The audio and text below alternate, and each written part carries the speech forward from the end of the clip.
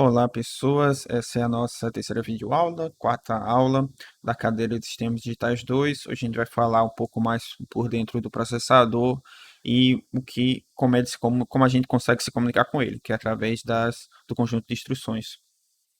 Então, essa é a nossa apresentação. A gente vai falar basicamente do conjunto de instruções que tem um dado computador. Como a gente falou já nas, ca- nas aulas anteriores, o bloco principal que a gente pode ver lá quando a gente está no núcleo de processamento é que ele vai ter um controle, uma unidade de controle, alguns registradores de trabalho que vão estar dentro desse núcleo de trabalho, uma ULA, que é a unidade de lógica aritmética, onde ele vai efetuar as instruções e também ele vai conversar com o mundo através de uma memória, entradas e saídas. Então, o que a gente vai ver é um pouco mais sobre como é que a gente programa um computador, da onde é que vai sair as instruções, como é que eu consigo mandar o processador fazer alguma coisa, ele entende, e olhar um pouquinho mais também para dentro desse núcleo, o que são esses registradores, o que é feito na OLA, quais são as operações, e um pouco mais adentro. Ainda numa situação top-down, mas cada vez mais down. Então, para comandar um hardware de um computador, você deve falar o idioma do computador, é como se você estivesse falando uma linguagem própria para ele, não diferente, muito diferente do que a gente vê nas linguagens de alto nível. Só que muda justamente porque, no final das contas, o que o computador, os computadores modernos, os computadores em geral e os sistemas digitais em geral entendem são níveis elétricos altos e baixos. E a partir disso é que acaba se transformando tudo o conjunto de instruções, o tipo de linguagem que a gente consegue escrever no baixo nível, sempre a partir de zeros ou uns, e por isso que o grau de abstração, quando a gente vai trabalhar com esse tipo de sistema, é bem menor do que quando a gente está falando em linguagens de alto nível, como C, Java, C++. É, as arquiteturas modeladas tendem a ter um conjunto simples de instruções, mas mesmo assim a gente vai ver que eles seguem alguns aspectos comuns. Cada arquitetura vai ter um conjunto diferente de instruções, mas eles seguem mais ou menos o mesmo, o mesmo sentimento, vamos dizer assim. Eles saem das mesmas necessidades. Então, por isso a gente vai tentar ver um subconjunto das instruções do ARM que são utilizadas no Visual ARM Emulator, que é o que a gente vai acabar utilizando para fazer alguns exercícios que tem nesse link aqui. Tem tanto como baixar e como usar ele. Se vocês tiverem algum problema na hora de baixar ele e utilizá-lo, é só falar, mas a gente vai fazer os exemplos também dessa aula em cima dele, é, justamente para já ir mostrando como é a interface dele. Mas vamos começar pelo que seriam as operações suportadas. Então, como dito anteriormente, embora cada arquitetura teremos um conjunto de diferentes instruções, sempre veremos alguns conjuntos de instruções que aparecem em qualquer arquitetura. Então, a gente vai ver um subset do ARM, que se a gente pegar o nosso livro-texto lá do Peterson, ele faz um subset um pouco diferente lá, em cima da versão V8 do ARM, que ele chama de leg V8. A gente ainda vai mexer em alguma coisa deles por aqui. A gente, na primeira tentativa de fazer essa cadeira, vocês viram lá a arquitetura, como seriam as instruções no ANEM, que é o controlador didático que a gente criou lá na UFPE, mas para facilitar vocês poderem simular os códigos e para facilitar também ser alguma coisa parecida com o que tem no ARM, ser um subconjunto de instruções que tem no ARM, que é o processador, a arquitetura que a gente está estudando desse semestre. Então, achei melhor trazer esse simulador, o Visual, que traz um subset das instruções do ARM em sua versão 32 bits. O ARM V8, que é a mais nova, ele trabalha com 64 bits nos registradores, mas o simulador que a gente está trabalhando trabalha com 32 bits. A gente vai ver um pouquinho mais à frente. mas a gente vê que, independente da arquitetura, se a gente está no x86, x64, se a gente está num PIC, se a gente está no AVR, sempre a gente vai ter algum conjunto de instruções que a gente sempre vai ver no nosso processador, que são operações aritméticas, são as principais, somar, subtrair, operações com acesso à memória, operações lógicas, que aí é a gente olhar não só para as palavras, mas olhar para uma palavra em si e mexer nos bits dela, e operações de salto condicional, justamente para fazer os if, else e os loops, para fazer as lógicas, os controles lógicos que a gente acaba tendo que ter também, os sistemas lógicos que, quando a gente está programando, são necessários. Então, todo computador necessita de instruções para executar operações aritméticas. Por exemplo, que a gente teria uma instrução em uma arquitetura ARM. Então, seria a, adicionar B com C e guardar em A. Então, cada instrução aritmética possui 3 operandos e efetua apenas uma operação. Isso é uma coisa que temos no ARM, que é a simplicidade favorece a regularidade. Então, a ideia é que deixar o sistema mais simples, então todas as operações apenas trabalham com 3 operandos, as operações aritméticas trabalham com 3 operandos, e sempre sendo 2 operandos que vão a gente vai trabalhar, e um terceiro onde a gente vai guardar o resultado.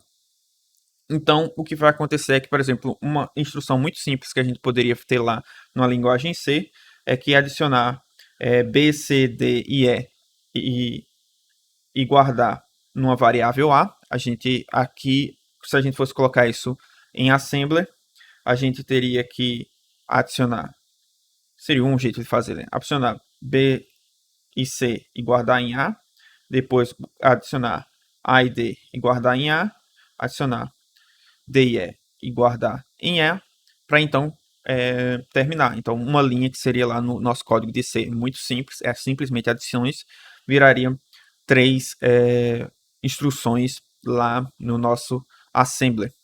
Então, isso já é uma tendência do fato de a gente ter essas coisas mais enxutas, mais simples.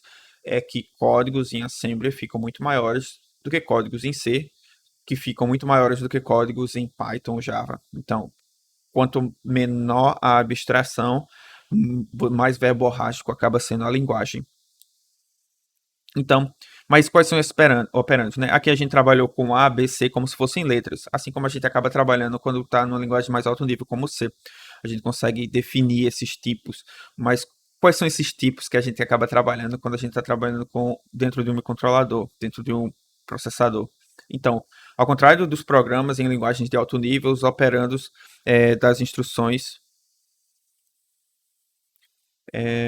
são restritos e eles devem ser de um número limitado de locais especiais construídos diretamente no hardware, que são os chamados registradores. Como a gente viu em aulas passadas, os registradores são memórias de muito rápido acesso e elas também são muito caras. São memórias voláteis e que, pela proximidade dentro do processador, ele também acaba sendo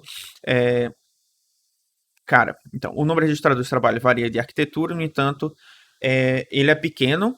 A gente vai ver um pouquinho mais na frente por quê, levando em consideração também esse fato de que quanto mais registradores a gente tem dentro do nosso núcleo de processamento, mais transistores vão ter nesse núcleo de processamento, mais potência vai ser gasta. Então, lembrar daquele que menor, deixar menor, mais simples é melhor, porque gasta menos potência, facilita o controle e com isso deixa mais rápido. Mas a maioria varia entre 16 e 32 registradores, as arquiteturas. No entanto, temos arquiteturas mais antigas como o PIC, que é muito utilizado ainda no Brasil, que possui apenas um registrador de trabalho, que é chamado de W, dentro da arquitetura. O ARMv8 possui 32 registradores, 64 bits cada, e o Visual possui 16 registradores de 32 bits cada. Isso acaba sendo uma mudança entre eles.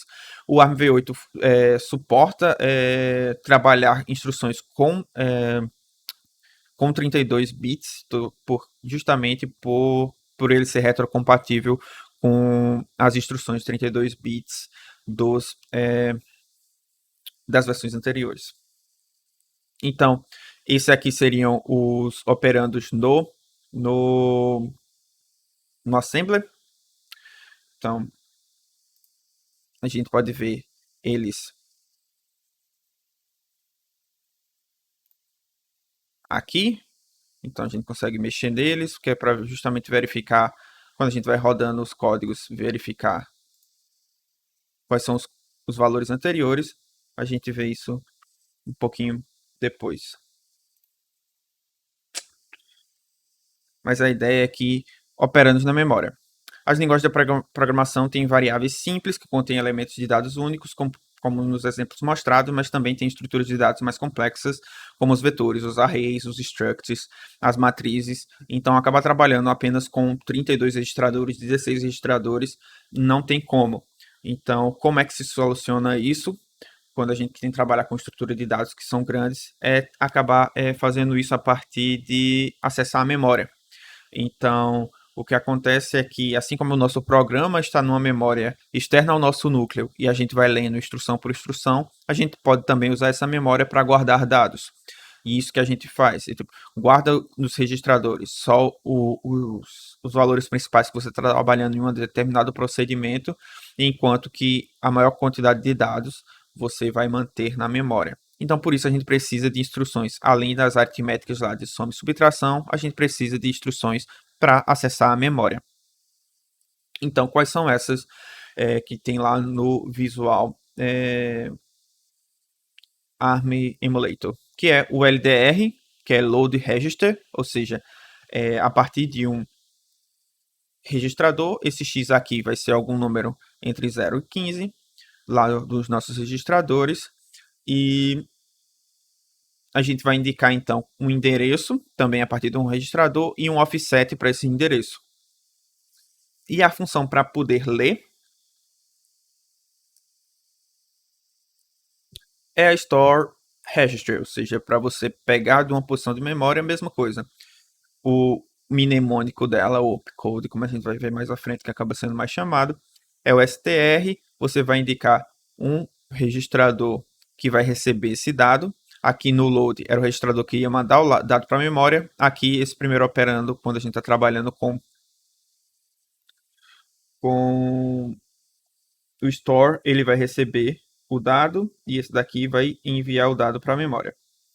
Então, e aqui temos quem vai ser o endereço base mais um offset em cima desse endereço base. Então, o endereçamento de memória é feito byte a byte, então conjunto de 8 em 8 bits. Na arquitetura ARM V8 você trabalha com registrador de 64 bits, então você deve pular o endereçamento em múltiplos de 6, porque eu, múltiplos de 6, múltiplos de 8, porque 64 bits é igual a 8 bytes.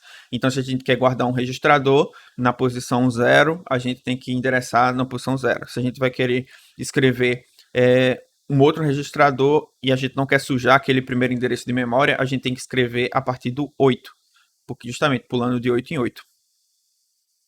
Já em muitas arquiteturas a palavra board devem começar endereços múltiplos de 4, porque em muitas arquiteturas palavras significam 32 bits, e palavras duplas, os double words, que seriam 64 bits, devem começar com endereço múltiplo de 8. Esse requisito é chamado de restrição de alinhamento, como a gente acabou mostrando aqui nesse caso, em que isso daqui seria a primeira posição da memória para guardar 64 bits, aqui é a segunda posição da memória para guardar 64 bits, mas o que acontece é que o ARM V8, e assim como o Intel x86, não tem essa restrição de alinhamento, mas o ARM anterior tem, o MIPS também, que é outra versão, outra arquitetura, também tem essa restrição, e o nosso simulador que a gente está utilizando, o Visual, também possui essa limitação.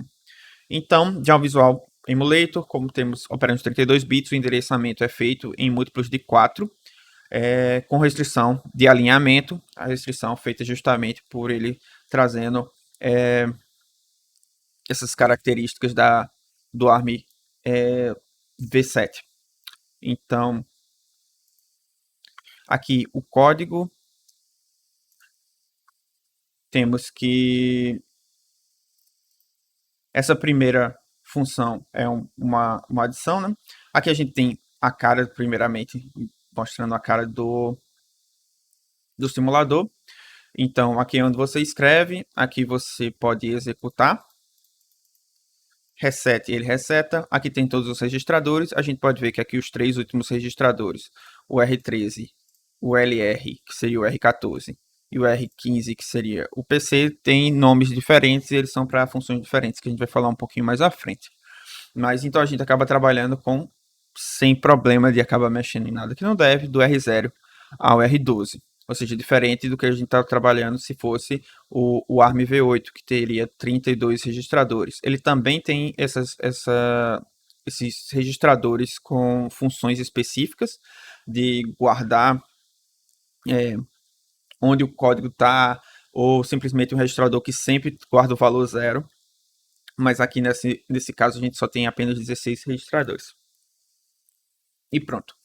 Essa primeira, essa primeira função aqui, espero que esteja dando para ver, é simplesmente pega o valor 256 e guarda no registrador R. Por quê? Porque a gente tem sempre o adição, são três operando, certo? Então ele vai operar esses dois aqui e vai guardar no primeiro. O R0 estava com 0, então ele vai pegar um imediato, a gente vai falar o que seria esse imediato, justamente logo após esse exemplo da memória, mas a ideia é que eu consigo adicionar um valor aqui, uma constante, ou chamado valor imediato, para eu não precisar, por exemplo, guardar esses valores na memória do código. Então, isso facilita muito e agiliza esse processo. Então, eu estou adicionando esse 256 na posição 0. Depois, um passo depois, eu estou adicionando esse outro número aqui, que em hexadecimal é igual a 8000. Espero que vocês lembrem de binários hexadecimal. A gente consegue mudar aqui também. Isso é muito importante quando a gente está trabalhando com aritmética binária e os processadores trabalham com aritmética binária em complemento a 2, como a gente viu lá em sistemas digitais 1. Então, tudo isso vai ser necessário vocês darem uma recordadazinha. Então, a gente está adicionando esse número e a gente vai botar esse número agora a partir do store. A gente vai guardar esse valor na memória. Então, não sei se eu troquei lá na hora que estava explicando, mas store eu guardo o valor na memória, load eu leio esse valor da memória. Eu estou pensando se eu não acabei falando o contrário, mas espero que vocês tenham chegado agora no código. Então, o que agora a gente faz é ele vai para memória. Infelizmente, eu acredito que não vai capturar, mas se eu apertar aqui nesse memória, ele vai mostrar o endereço base e o valor que foi guardado na memória. Isso vocês vão poder fazer quando estiver mexendo no aplicativo. O que acontece é que ele utiliza umas janelas pop-ups e o software que eu estou pegando para poder fazer essas aulas não pega essas janelas pop-up. Mas a ideia é que eu consiga guardar esse valor na memória a partir do store. É assim que coloca um registrador que eu estou querendo mandar. E eu coloco aqui dentro desses colchetes tanto o registrador, que vai ser o meu base do endereço, quanto o offset. Por que eu guardei esse 256? Porque a memória desse simulador começa a partir do 100 em hexadecimal, que é igual a 256. Então, a partir disso, eu posso trabalhar as memórias sequencialmente, lembrando de 4 em 4. Então, por isso, eu posso ler da memória também. E se eu quiser usar o mesmo endereço base e simplesmente mudar o offset, eu consigo escrever em um próximo endereço de memória. Eu posso, nesse simulador, também voltar as instruções. E para parar de executar, simplesmente clico em reset. E também, se eu quiser que ele rode todo e simplesmente fique parado, ele executa tudo e vai já para o último. Ele também tem um controle de loops infinitos, etc. Eu gosto de ir no step by step, justamente para ver o que é que está acontecendo. Mas pronto, esse seria um exemplo de conseguir escrever na memória e guardar na memória. Isso vai ser muito importante, porque quando a gente está trabalhando com vetores, quando a gente está trabalhando com números, e principalmente quando a gente quer fazer algum programa bem simplesinho que execute e guarde os valores que a gente fez na memória para ficar lá salvo para a posteridade, já que isso seria guardar numa memória não volátil, ao contrário dos registradores, ao contrário de uma memória RAM. Então, voltando,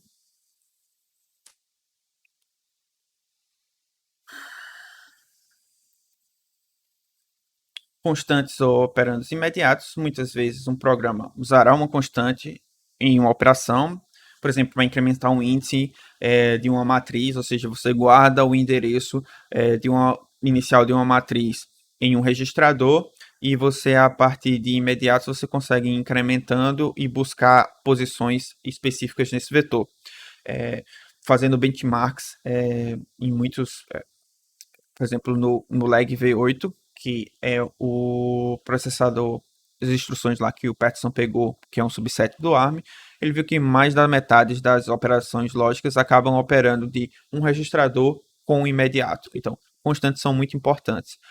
Novamente, como seria um jeito de solucionar isso se a gente não tivesse esses imediatos?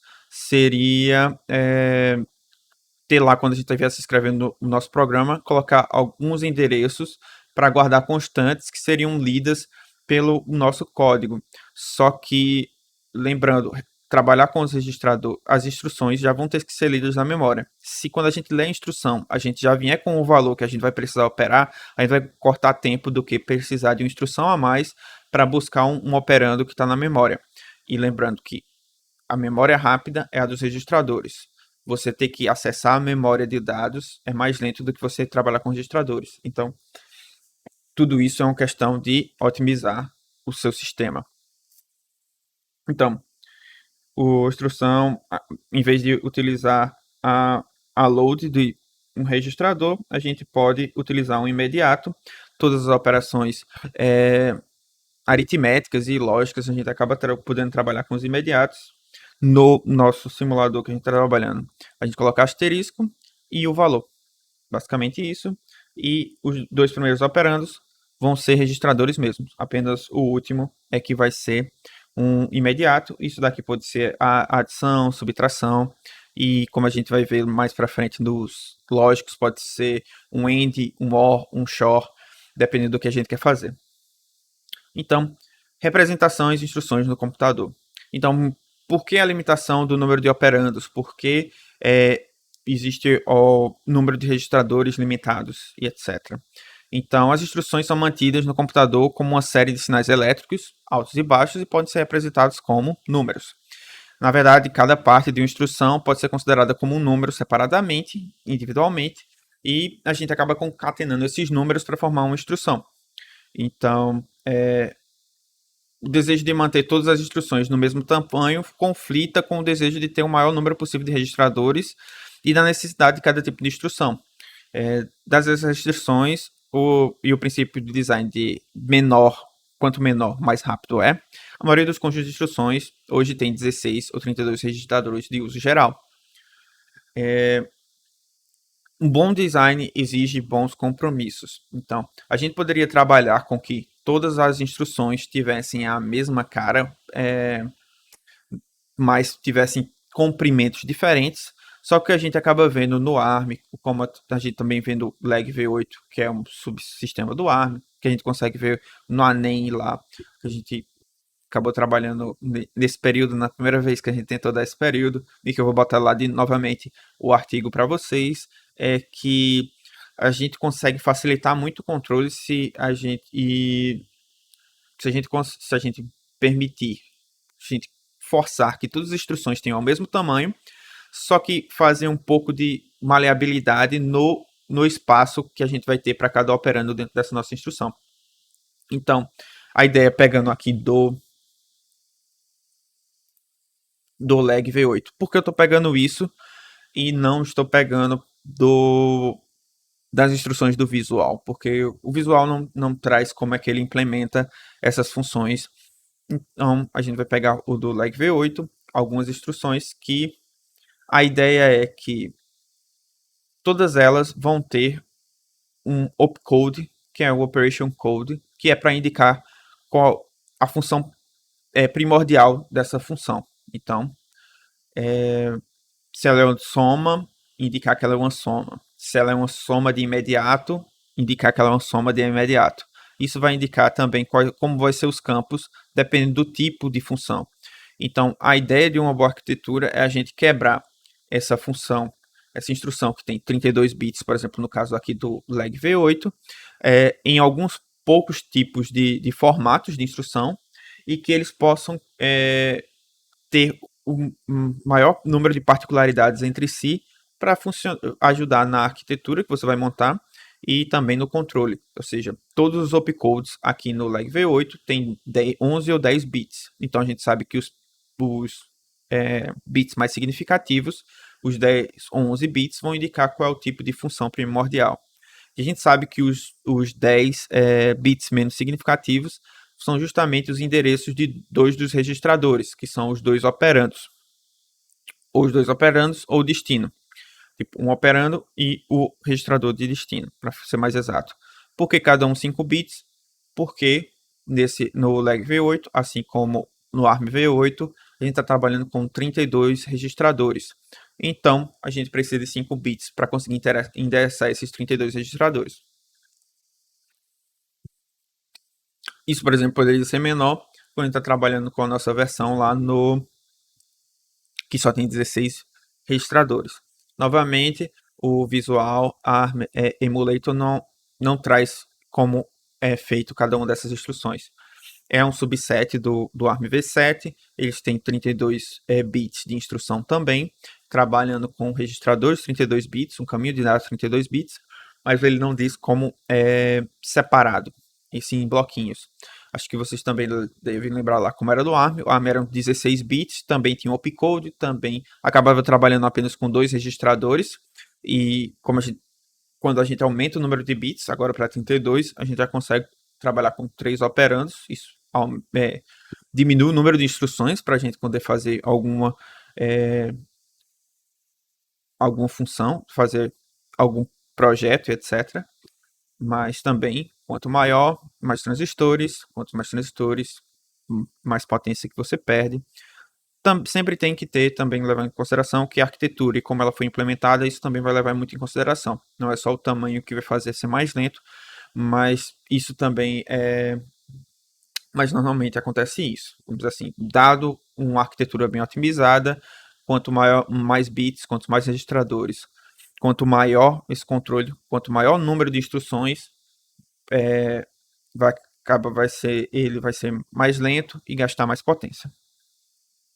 Então, o que a gente falou antes, então, opcode, de operation code, isso daí geralmente como a gente acaba chamando aquela função primordial de cada uma das instruções. O RM é o segundo registrador da operação, shunt é o shift amount, isso é utilizado nas funções de shift que são as operações lógicas. RN, o primeiro registrador da operação, RD, o registrador de destino. Então, as operações lógicas agora. Então, embora os primeiros computadores operassem com palavras completas, logo ficou claro que era útil operar em campos de bits dentro de palavras ou mesmo bits individualmente. Segue que as operações foram adicionadas às linguagens de programação e arquiteturas de conjunto de instruções para simplificar, entre outras coisas, o empacotamento e desempacotamento de bits em palavras. Como a gente viu lá em sistemas digitais,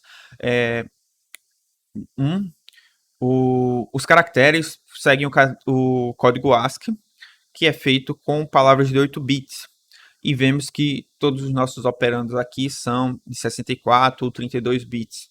Então, trabalhar bit a bit, ou trabalhar logicamente, ou simplesmente a gente conseguir usar máscaras para ler partes de uma palavra, a gente poder utilizar deslocamentos à esquerda ou à direita para a gente focar em um único byte, por exemplo, é muito importante quando a gente está trabalhando com esse empacotamento de bits em palavras.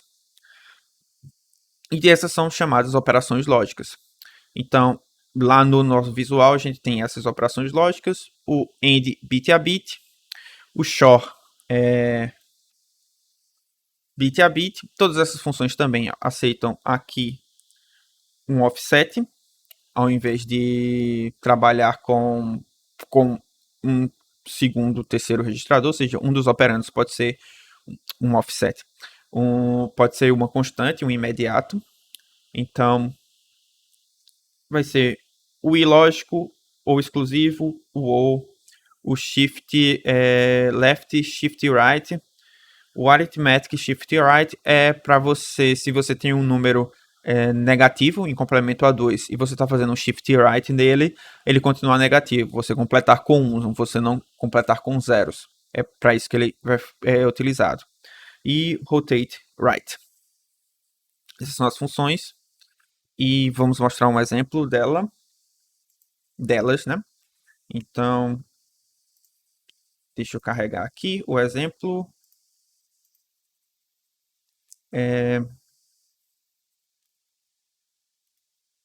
Então, esse daqui a gente só está adicionando alguns números no registrador 1 e no registrador 2, justamente para conseguir trabalhar com ele, e também no registrador 3, um número que teoricamente é negativo, ou seja, que tem o bit mais significativo igual a 1. Lembre-se lá de complemento a 2. Se precisarem, dê uma revisada. Os exercícios que a gente vai fazer, precisa que vocês lembrem como é que trabalha com complemento a 2. Então, um AND lógico entre em decimal, né? Ou mesmo em binário. A gente pode ver aqui, talvez seja melhor. Entre 8 e 2,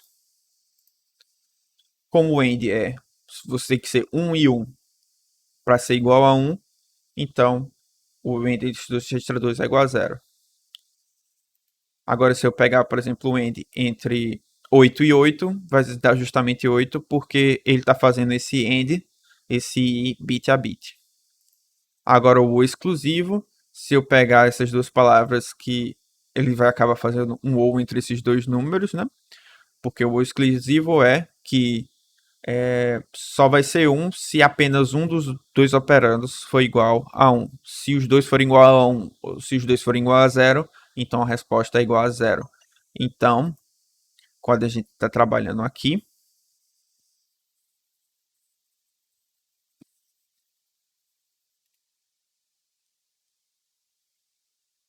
então, se você fizer um exclusivo de uma palavra com ela mesma, vai dar igual a 0. Continuando, um ou, então vai dar a mesma coisa para o primeiro caso. Você pega o ou, se um dos dois bits é igual a 1, vai dar igual a 1. E o ou, duas palavras iguais, vai ser igual a 1. Então, o shift left, então vai rodar para a esquerda. Infelizmente não dá para mostrar, mas ele tem uma animaçãozinha quando você apertar aqui em shift. Então, quando vocês estiverem fazendo os exercícios de vocês, eu também vou passar esses códigos exemplos, aí vocês vão para ver como acaba funcionando. Quando é que ele completa com zeros, quando é que ele completa com 1. Mas a gente tanto pode trabalhar com dois registradores, como também a gente pode utilizar um imediato. Aqui a gente consegue ver o deslocamento em 16. Tem o right, shift right. Aqui é justamente o para completar com uns. Então ele está pegando esse número aqui e está completando com uns. Então, o que era 1,00000, que em decimal, justamente complementar 2 era menos alguma coisa, ele vai ficar maior porque a gente está completando com uns, justamente o que acontece quando a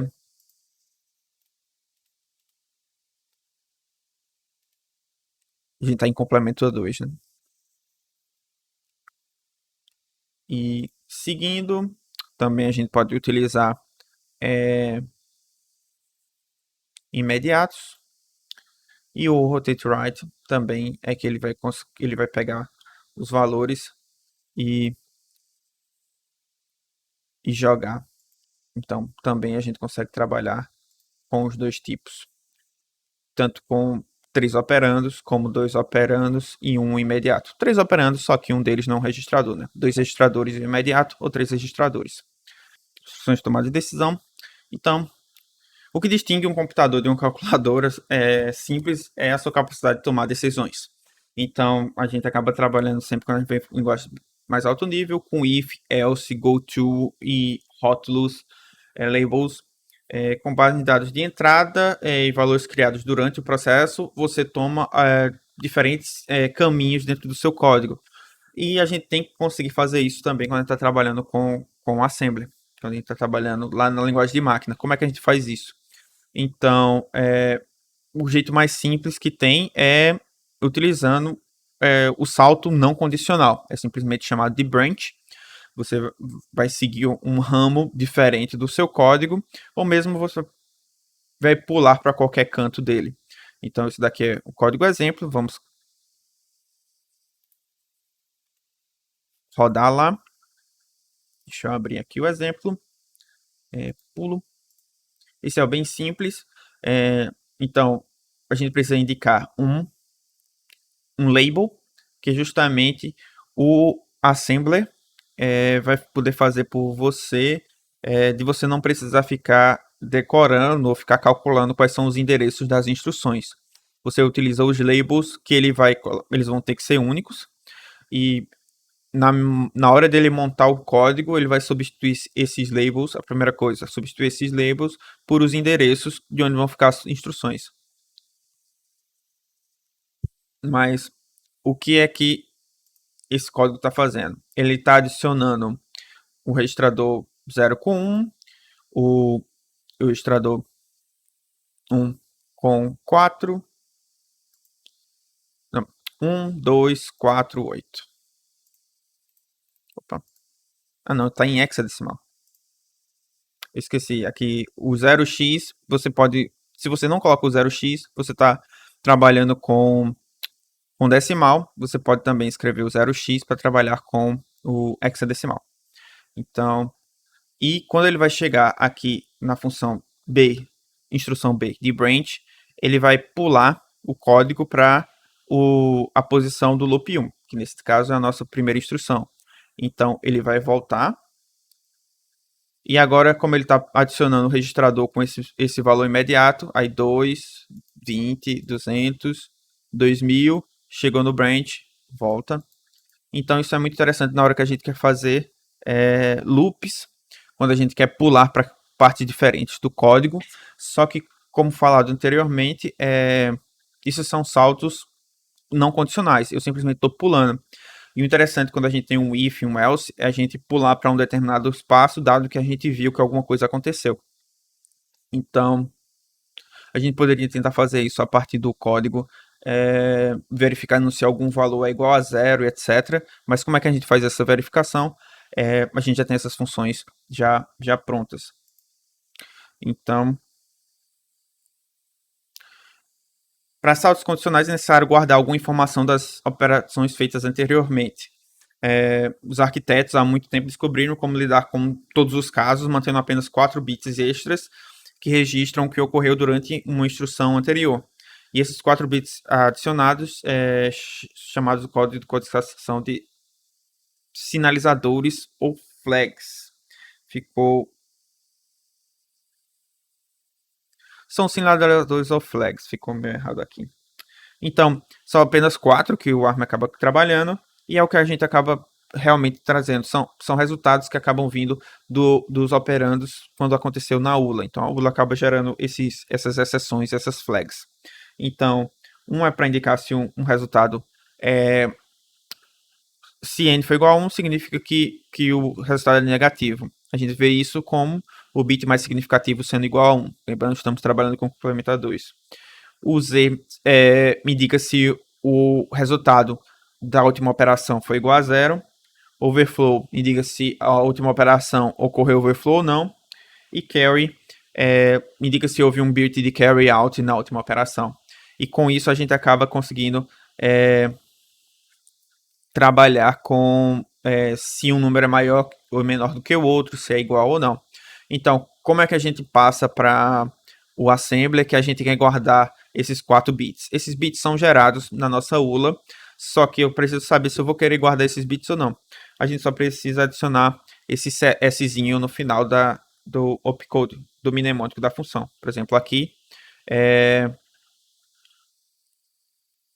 ele está subtraindo 0 de 1000, desse 100 aqui, está guardando, acaba, e depois ele está fazendo um menos o outro. Então, acredito que eu tenho esse exemplo aqui.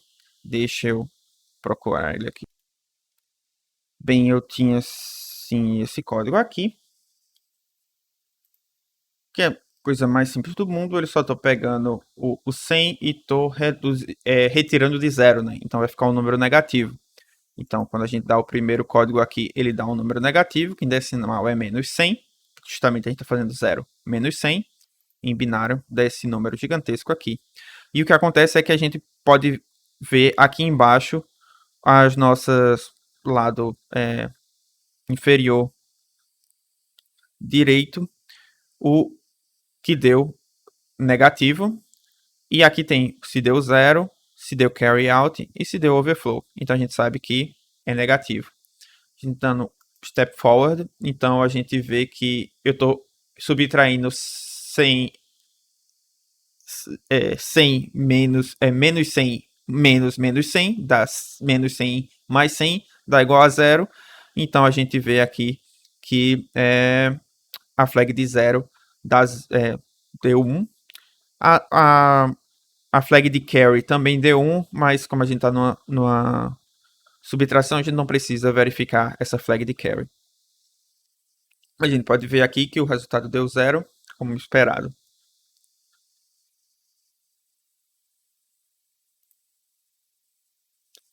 Então, como é que ele faz? Então, a gente adiciona naquele nosso B lá de branch um sufixo para indicar o que é que a gente quer verificar na última instrução. Então, a gente utiliza um X se a gente quer pular se no última os dois valores testados anteriormente foram iguais. E como a gente sabe isso, é se z igual a 1. Então, justamente porque a gente pode pegar dois valores, subtrair um do outro, se der igual a zero, significa que os dois valores são iguais, então a gente pula se esses dois forem iguais. E assim a gente também consegue. Se não é igual, se é maior ou igual, o é de unsigned, quando a gente está trabalhando com números sem sinal, com sinal, isso acaba mudando um pouquinho. Então, se, se é menor, então a gente coloca CC ou LO, less, MI se é negativo, PL se é positivo, VS se é overflow, e isso é o sufixo, vai ser B mais esse VC, por exemplo, sem overflow, B mais esse HI se é maior, e assim segue. Então, fazer um exemplo justamente utilizando como é que a gente utiliza isso para ser um salto condicional. Então, vamos lá para mais um exemplo.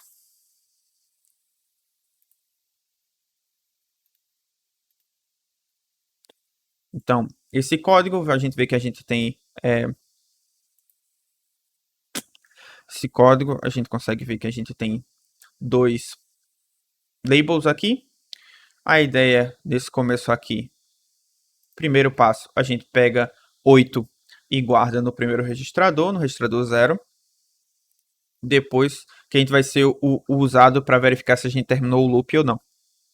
Depois a gente guarda 1 no valor do registrador 1, que vai ser o nosso valor de incremento.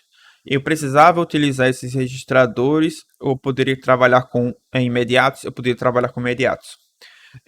Porque eu guardei no registrador, porque eu não tinha muita coisa para utilizar nas instruções, acabar um código muito pequeno. Esse código já é muito pequeno, mas eu estou utilizando isso para poder trabalhar com mais registradores. Então, o que eu estou fazendo é que eu incremento no registrador, sempre eu incremento 1 no registrador 2, depois eu subtraio e guardo a minha flag do 3 no registrador 3 de faço R0, 8 menos R registrador 2. Aí ele vai verificar se o resultado deu maior ou igual. Então, ele vai verificar lá na nossa flag. Então, ele vai verificar só se Se deu negativo, é igual a se deu overflow. Se eles dois forem iguais, significa que é maior ou igual.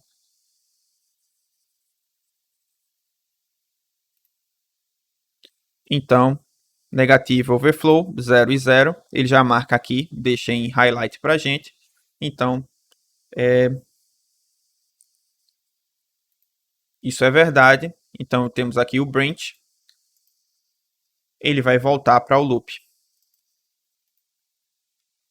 Ele vai fazer isso de novo. Aí vai dar a subtração da 6. Ele vai incrementando, incrementou. Então, ainda é verdade. Então, ele vai fazer isso 9 vezes. Por quê? Porque eu botei para ele ver se era maior ou igual. Então, ele vai contar de 0 de 1 a 9. Aí pronto. Aí agora deu diferente. Se a gente chegar aqui, a gente vê que o bit de negativo deu 1, enquanto o bit de overflow deu 0. Então significa que isso deixou de ser verdade. Então ele passa. O que eu estou fazendo aqui eu estou resetando o registrador 2, que é o registrador que eu estava utilizando lá para o loop. Como é que eu estou fazendo isso? Eu estou fazendo end com um imediato 0. Então, quando eu faço um ilógico bit a bit com uma palavra que é tudo 0, então eu sei que eu vou zerar aquele registrador.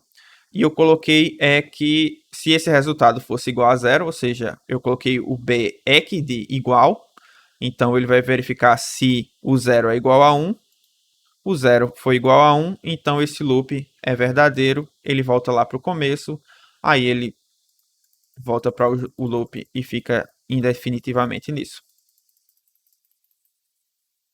É um código bem simplesinho, bem até apenas para mostrar esses dois tipos de branch com um, um sufixo diferente, para vocês verem que vocês podem contar, para usar para loops, usar para whiles, usar para a gente conseguir fazer esses saltos condicionais dentro do código. Então, esse é um básico, esse visual, a High Visual Arm Emulator.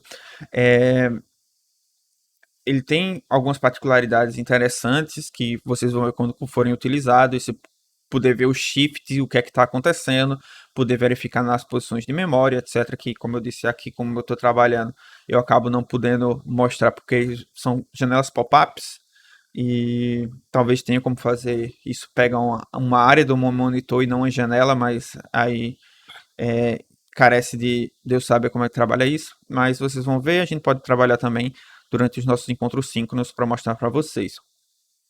Mas já vocês já podem baixar nesse endereço tem o download, é bem pequeno, ele tem para Linux, Windows e macOS, então acho que não vai ter problema de ninguém poder utilizar por algum motivo. A gente viu também várias das tabelas, etc. A gente pegou lá do livro, do capítulo 2 do livro do Peterson. Bem, a gente fica por aqui. Até a próxima aula síncrona para tirar as dúvidas e entregar para vocês alguns exercícios para a gente trabalhar com essas instruções. E a ideia é que vocês verem mais baixo nível para a gente poder voltar de novo para o alto nível dos sistemas operacionais, a gente conseguir dar uma olhadinha lá embaixo o que é que acontece, para a gente entender melhor a necessidade de um sistema operacional. Então, até mais.